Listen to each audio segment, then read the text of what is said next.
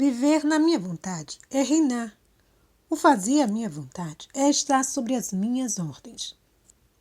O primeiro é possuir. O segundo é receber ordens e cumpri-las. O viver no meu querer é fazer sua a minha vontade como coisa própria e dispor dela. O fazer a minha vontade é vê-la, tê-la como vontade de Deus, não como coisa própria, nem poder dispor dela como quiser. O viver na minha vontade é viver como uma só vontade, a vontade de Deus, que é uma vontade toda santa, toda pura, toda de paz, e sendo uma única vontade a que reina. Não há contrastes, tudo é paz. As paixões humanas tremem diante desta suprema majestade e a evita. Elas não ousam nem a se mover ou se opor a ela.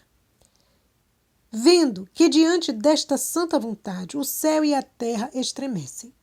Então, o primeiro passo para viver nela é desejar o divino. O que isto faz? Coloca a ordem divina na alma e a esvazia do que é humano, tendências, paixões, inclinações e outras coisas.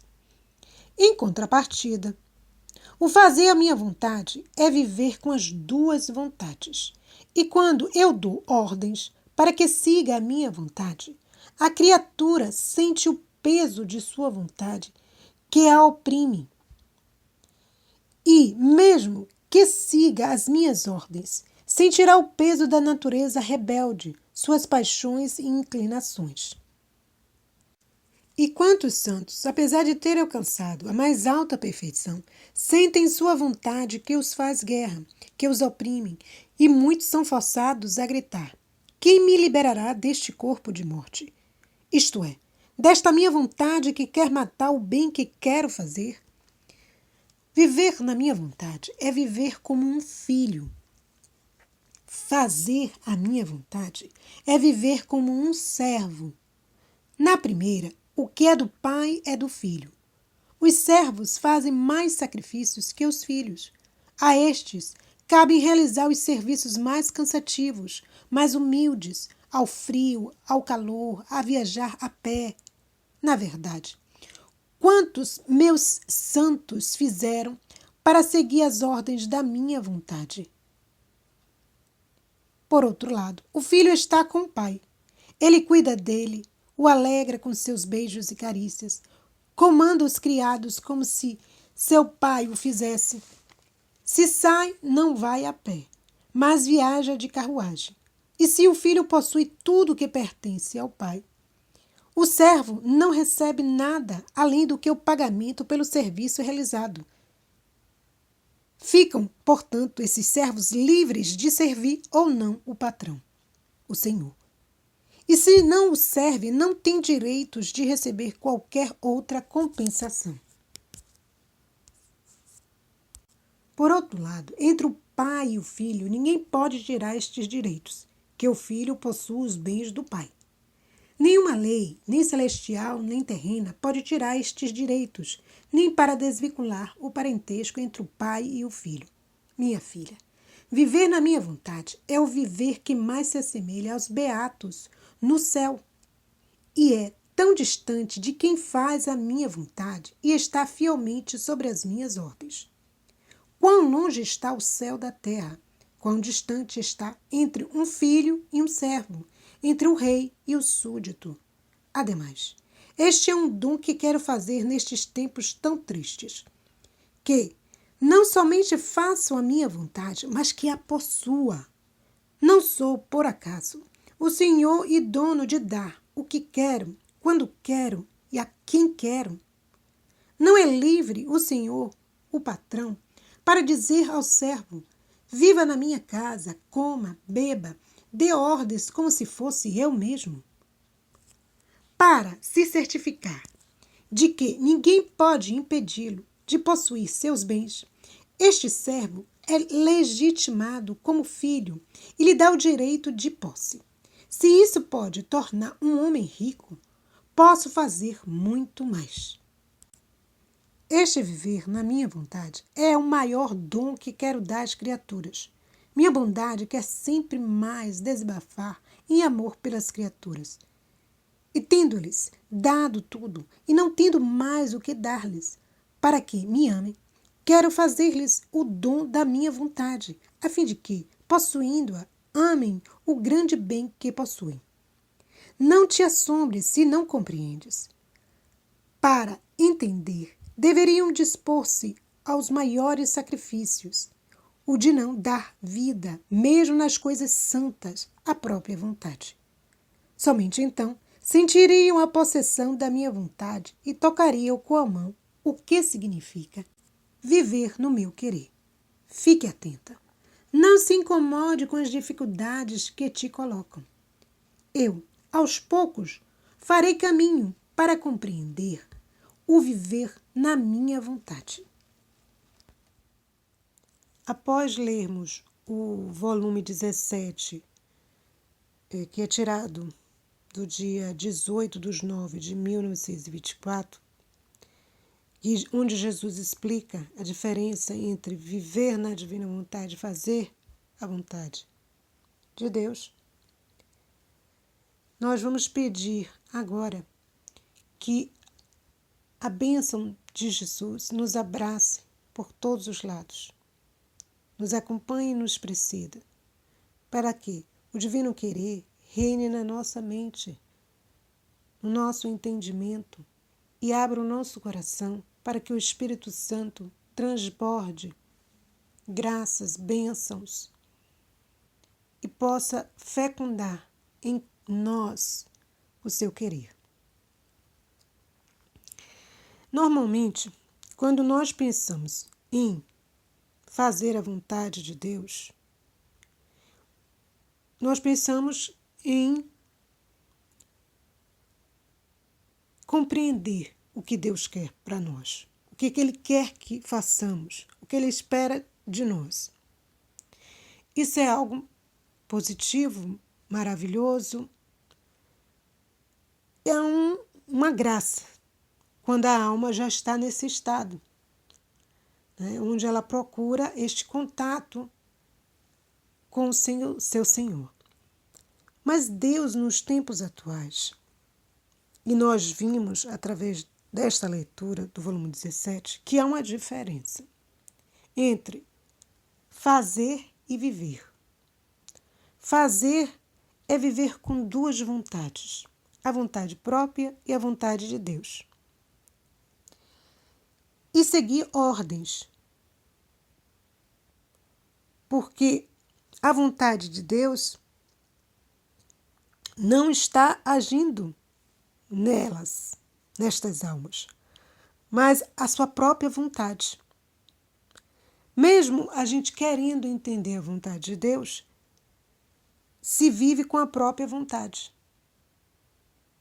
Isto é bom, isto é positivo? É, mas ao mesmo tempo é muito penoso.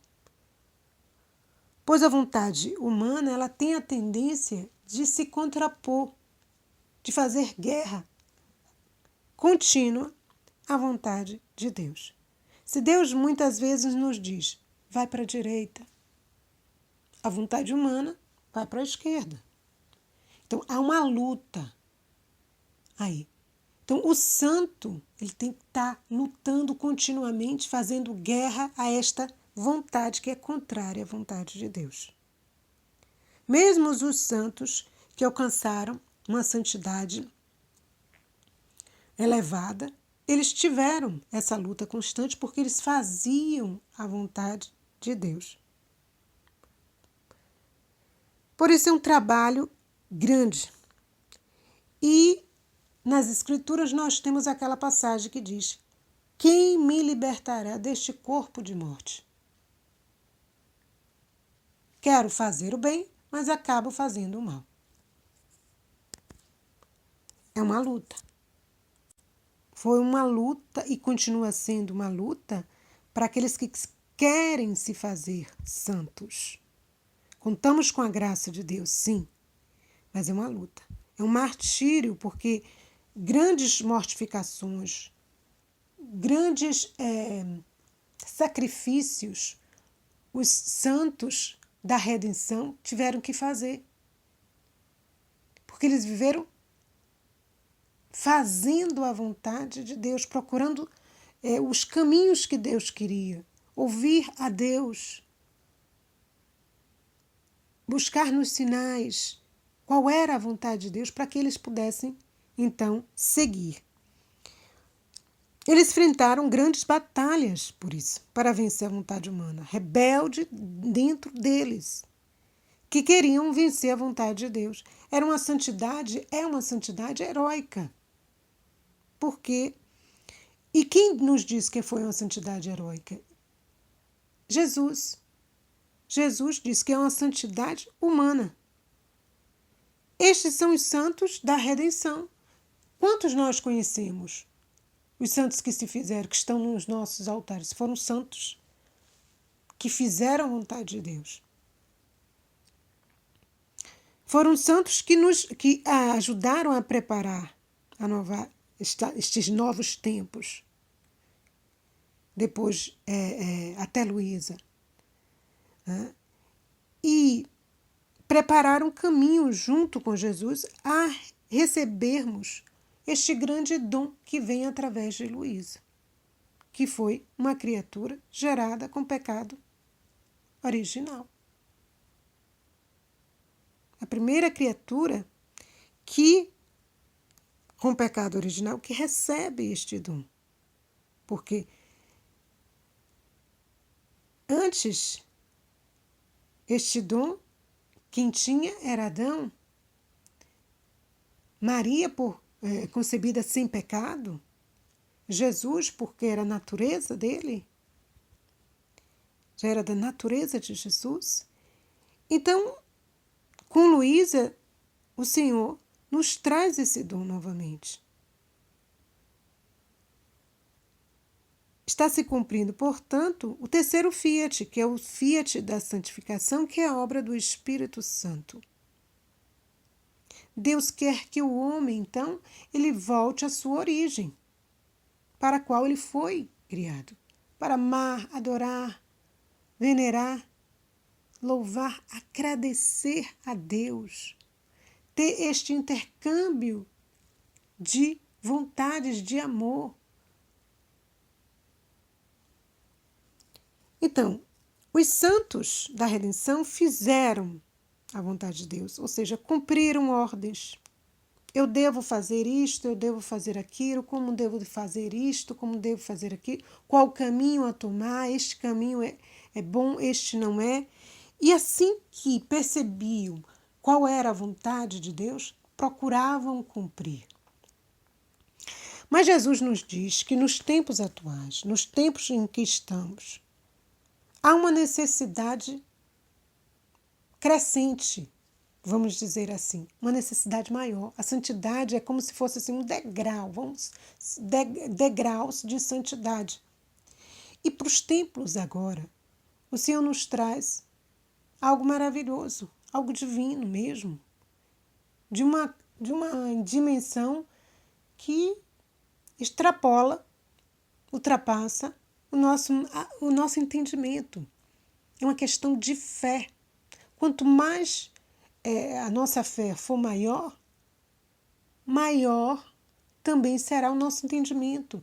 E nós vamos nos abrir com mais facilidade ao dom da divina vontade, à compreensão que Deus quer sobre esse dom. Agora, o viver na divina vontade é viver não mais como servo, porque o fazer é viver como servo.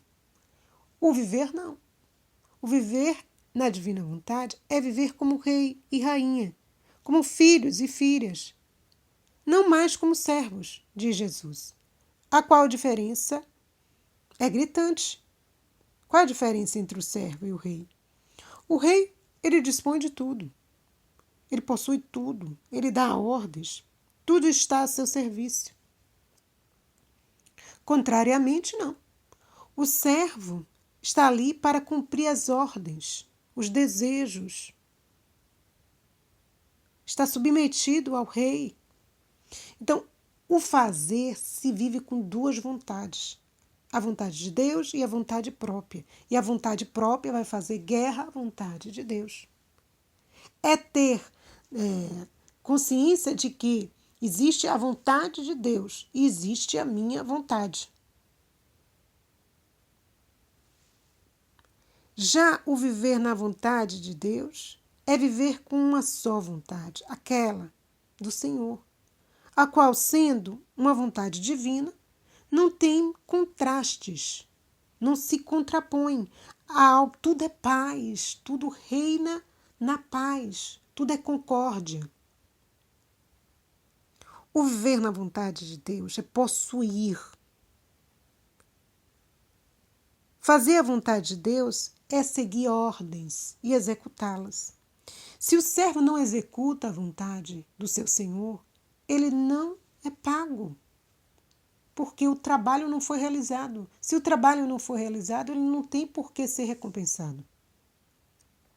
Já o filho não. O filho possui tudo. Quem vive na vontade de Deus não tem mais necessidade de compreender o que Deus quer, porque já está vivendo. É Deus que vive.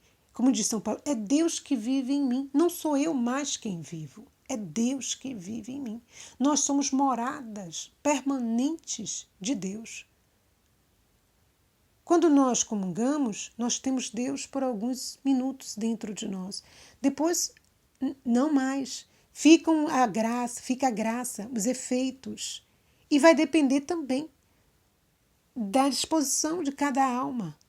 Quanto mais a alma está disponível, o seu interior, ou seja, em estado de graça, não tem nenhum tipo de obstáculo para que a graça atue dentro da sua alma. E quem vive na vontade de Deus, não.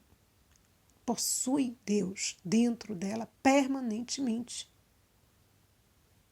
Então, quando a gente diz não tem mais necessidade de compreender o que Deus está querendo,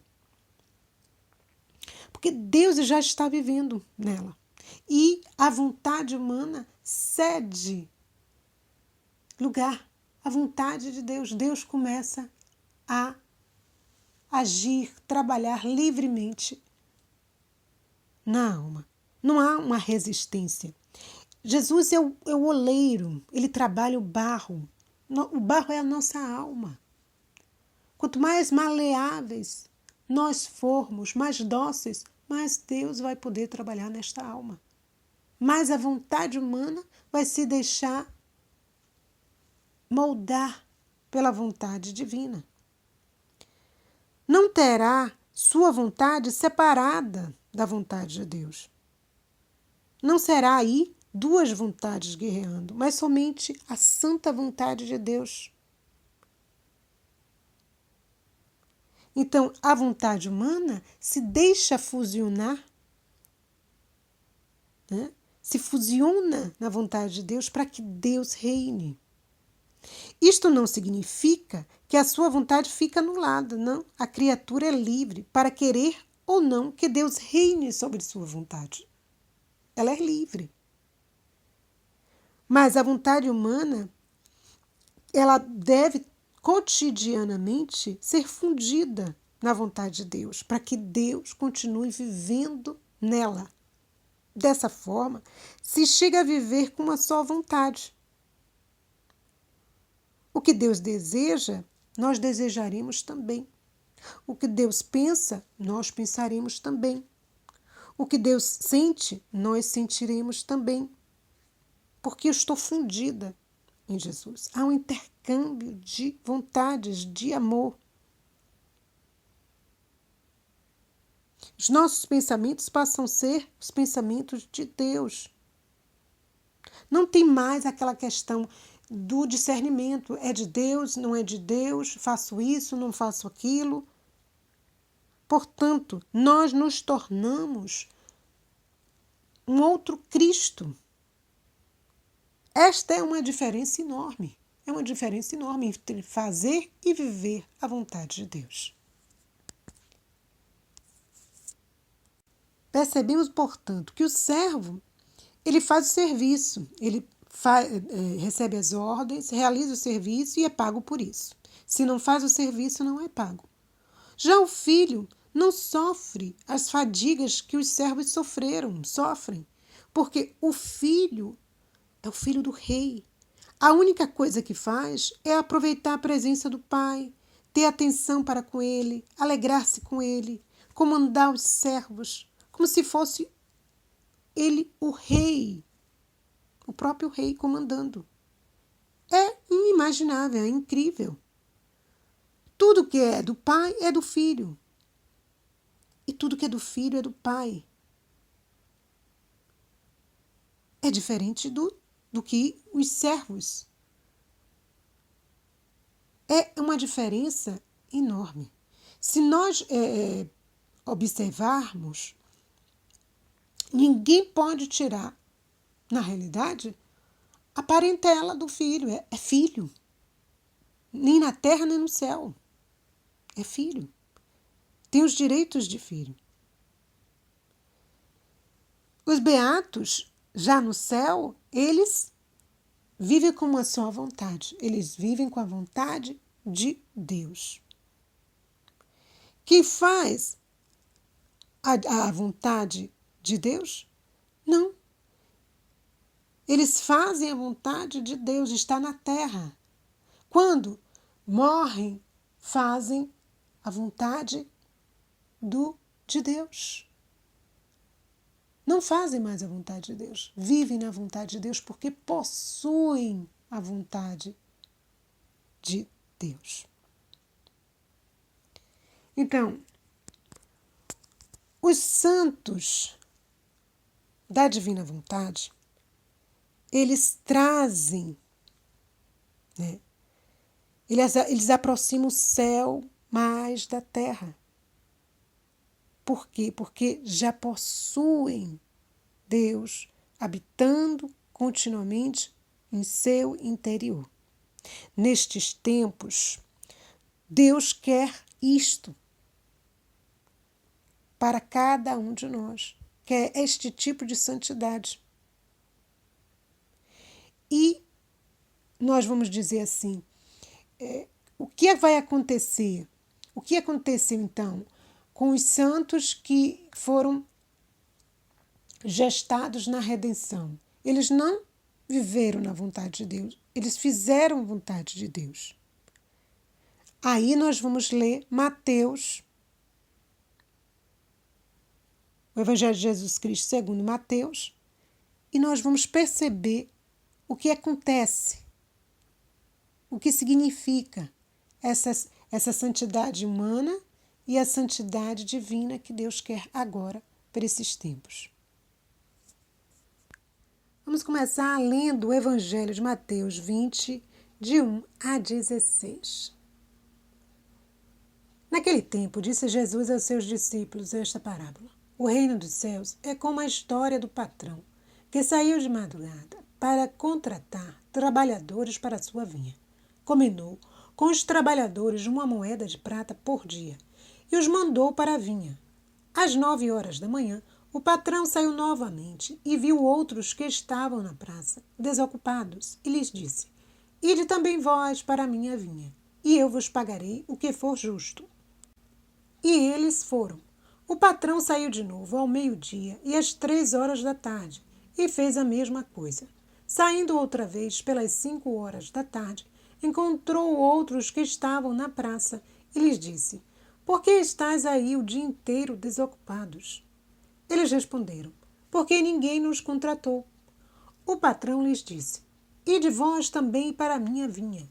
Quando chegou a tarde, o patrão disse ao administrador: Chama os trabalhadores e paga-lhes uma diária a todos, começando pelos últimos até os primeiros. E vieram os que tinham sido contratados às 5 da tarde, e cada um recebeu 1 moeda de prata.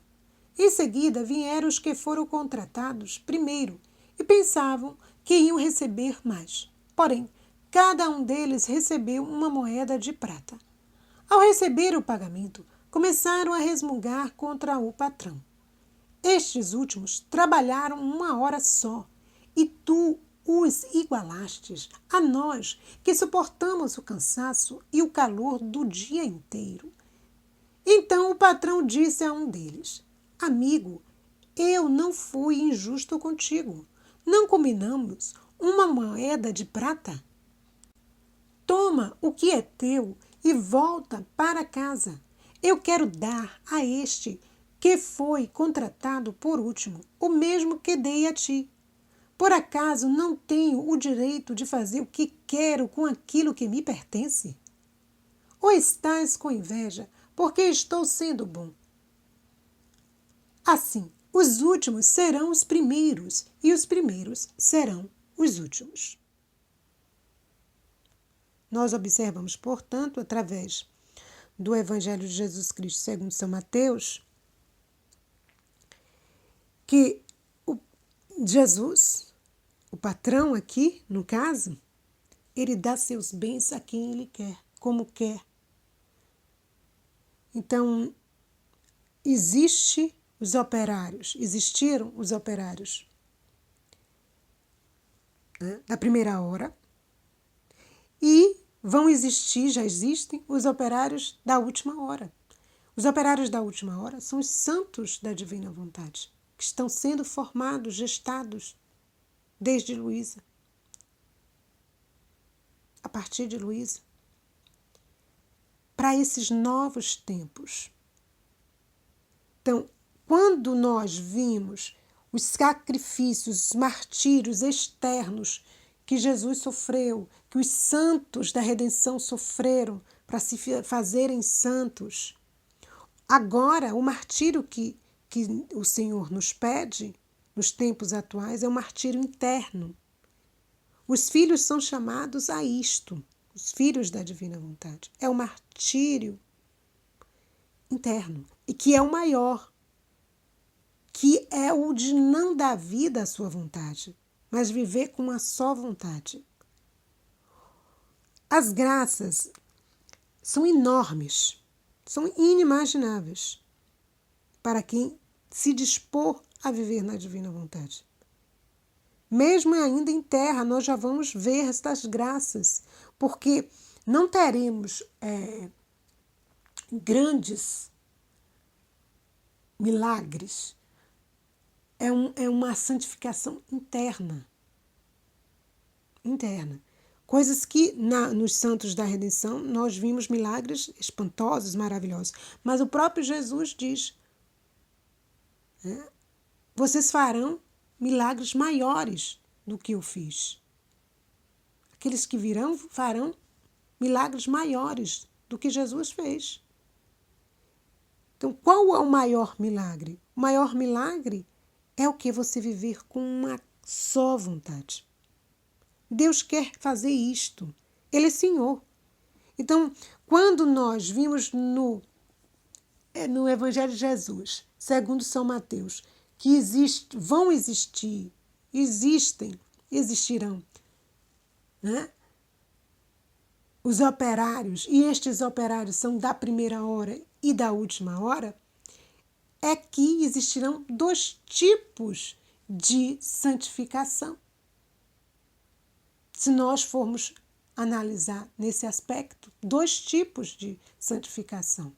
Uma santificação que veio na redenção e outra santificação que está vindo a partir de Luísa, que é uma santificação que tem como base a divina vontade. Divina, uma santificação divina. Onde, na santificação da redenção, predominava o fazer a vontade de Deus. Na santificação,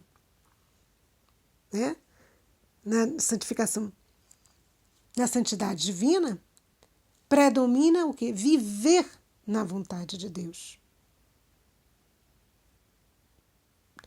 Então, como nós vamos perceber mais nitidamente isso? Vou dar um exemplo que atualmente foi dado numa formação que eu anotei e achei interessante trazer. Jesus é o sol. Na santificação humana, o que acontecia? O sol emana os raios, né? Os raios, ou seja, esses raios são representados como a luz de Deus, os dons.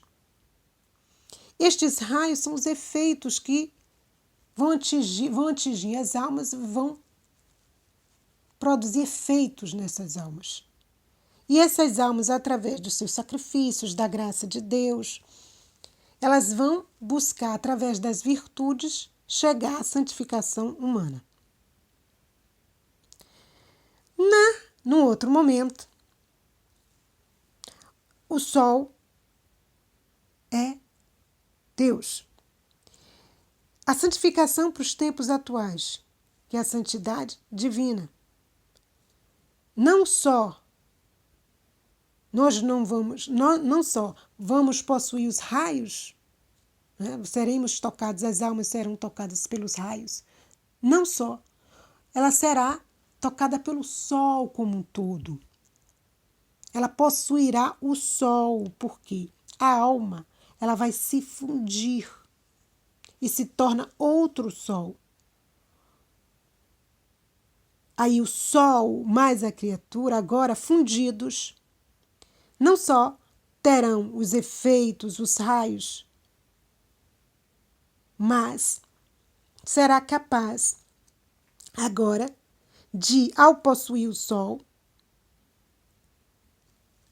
irá não só possuir o sol, mas irá também, ao fundir-se com ele, desfrutar o querer divino, tornar-se um com ele e será capaz de se beneficiar e beneficiar a todos. A todos. A criatura que vive na divina vontade, dela sai tudo. Todas as santidades saem dela. Tudo. Tudo emana desta criatura em benefício das outras criaturas, em benefício da criação, da redenção, da santificação. Porque ela possui dentro dela permanentemente Deus.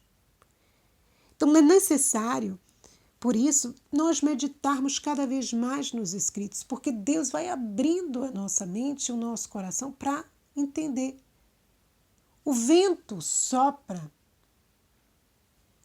toca nas folhas e cada uma vai responder diferentemente. É isso. Deus toca em cada alma de uma forma. Então não queiramos, da noite para o dia, entender tudo. Não. Mas cada vez mais buscar, meditar, debruçar nesses escritos.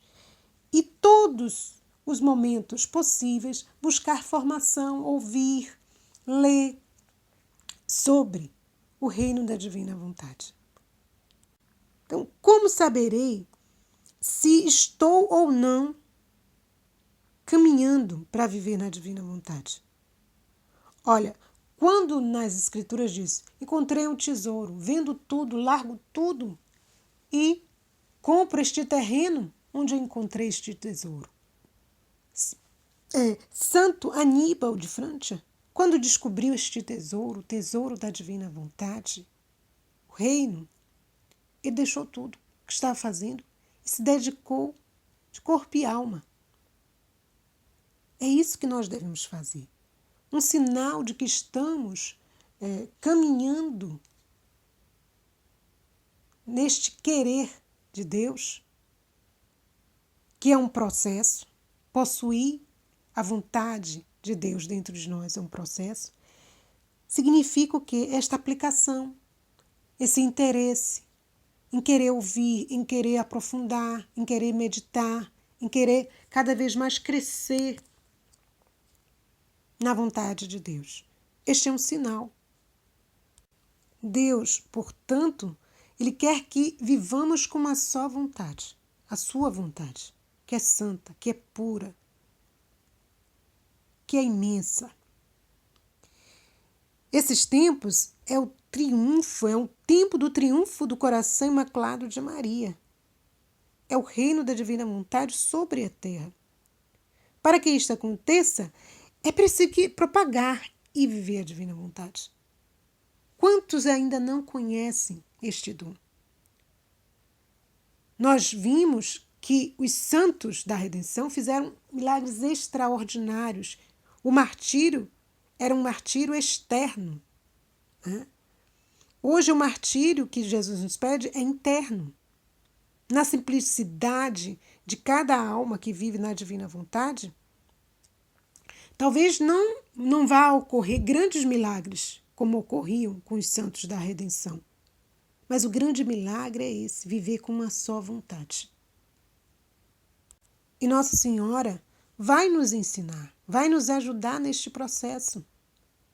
E junto com ela, os filhos da divina vontade são destinados a esmagar a cabeça da serpente. Nós vamos perceber que na simplicidade desta entrega, Jesus vai atuando na alma. É Ele que vai santificando a alma. Quem vive na divina vontade parece não fazer nada, no entanto faz tudo. Através dos santos gerados na divina vontade, nós vamos passar Deus, nós somos esses fios condutores que passam Deus e atinge a todos, a toda a família humana. Não tem barreira de tempo, não tem barreira geográfica. Não tem. Para os santos da santidade divina, não tem. E nós vamos percebendo como Deus vai trabalhando na nossa capacidade de rezar, de buscar na sua criação, na redenção, na santificação, um olhar diferente. Vai abrindo o nosso entendimento. Portanto, irmãos, temos a coragem de prosseguir nesta busca e tenhamos muita tranquilidade, ao mesmo tempo, porque é um processo. Nem todos estão, neste momento, abertos a este dom. Precisamos rezar, pedir a Deus que Ele mesmo vá suscitando filhos cada vez mais interessados em viver na divina vontade. É um processo. E nem todos temos consciência disso, vão querer este dom, vão preferir continuar vivendo, fazendo a vontade de Deus, mas aqueles que são chamados, esses operários da última hora, que são chamados a compor, a viver na divina vontade, a viver neste reino, possuir este reino, estes estão preparando, estão ajudando neste processo de crescimento deste reino. Então vamos pedir agora, concluindo com o Pai Nosso, que Jesus e Maria nos dê condições reais para que possamos ser sal e luz no caminho de todos aqueles que Deus nos proporcionar chegar. E levar de uma forma simples, de uma forma bem didática, estes conhecimentos, porque são simples na realidade. Luísa era uma pessoa sem muitos estudos, pessoa simples. E Deus escreveu coisas maravilhosas através desta simplicidade desta serva, a pequena serva da divina vontade. Que Ele possa também escrever em cada alma que se abrir a este dom, graças maravilhosas, estupendos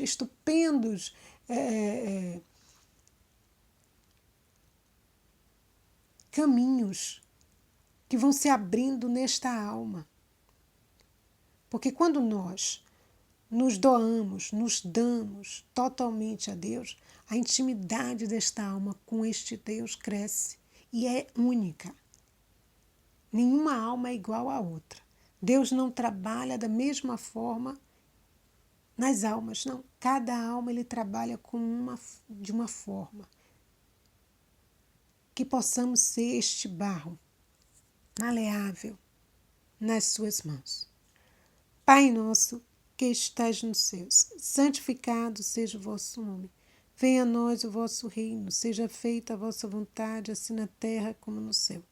O pão nosso de cada dia nos dai hoje. Perdoai as nossas ofensas, assim como nós perdoamos a quem nos tem ofendido. Não nos deixeis cair em tentação, mas livrai-nos, Senhor, do mal. Amém. Fiat Maria.